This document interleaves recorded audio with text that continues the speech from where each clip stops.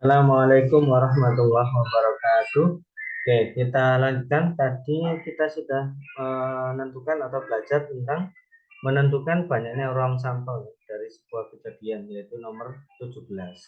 Sekarang kita lanjut ke nomor berikutnya, yaitu nomor 18.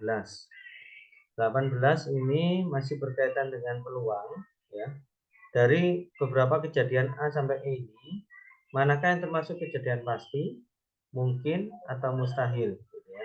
Yang pertama, itu pasti itu maksudnya peluangnya 1. Kalau mustahil itu peluangnya 0 atau tidak mungkin terjadi. Nah, kalau mungkin itu bisa rentang antara 0 sampai 1. Nah, yang pertama, besok akan turun hujan. Karena kita selaku manusia ya tidak tahu apakah besok hujan atau tidak, maka ini dimaksud dengan kejadian mungkin, ya, termasuk kejadian mungkin karena kita tidak tahu terjadi atau tidak. Kemudian yang B, ayam betina beranak.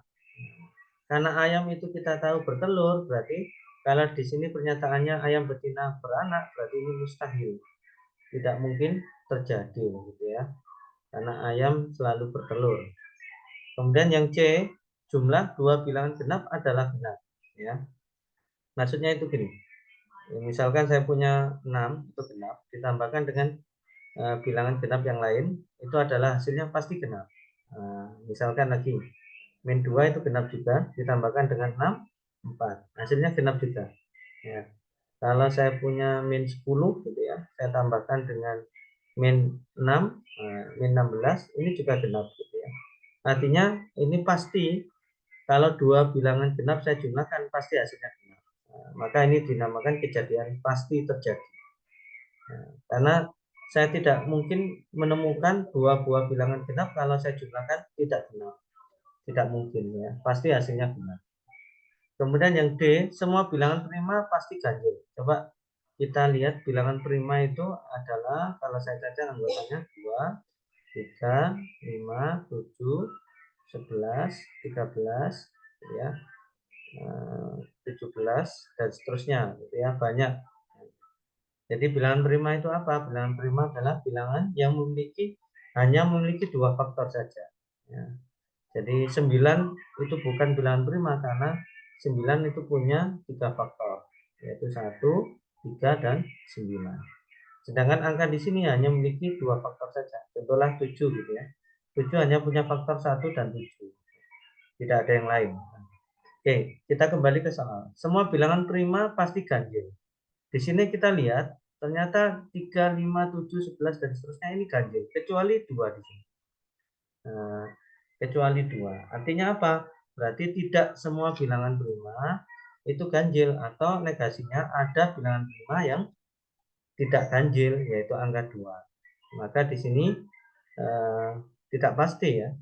Itu ini cenderung ini negasinya ada bilangan prima yang tidak ganjil, ya.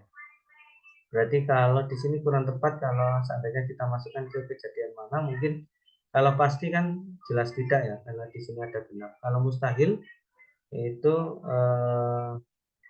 ya masuk juga ya, bisa kita katakan mustahil juga boleh. Eh, ya karena di sini ada dua, ya, tidak semuanya kan gitu ya. Kemudian orang yang digigit nyamuk akan sakit demam. Apakah semua orang yang digigit nyamuk akan sakit demam? Nah, tentu tidak semua ya. Ini hanya nyamuk jenis tertentu mungkin ya. Kemudian kondisi kita drop baru sakit demam berdarah gitu. Artinya kan masih mungkin. Tidak tidak selalu orang yang sakit digigit nyamuk selalu sakit demam, tidak selalu. Atau mustahil itu juga bukan ya, karena bisa jadi yang gigit itu nyamuk Aedes gitu ya, sehingga kita akhirnya sakit demam. Jadi kita jawab ini mungkin, karena orang yang digigit nyamuk mungkin bisa sakit demam berdarah gitu. Itu untuk soal nomor 18. Assalamualaikum warahmatullahi wabarakatuh.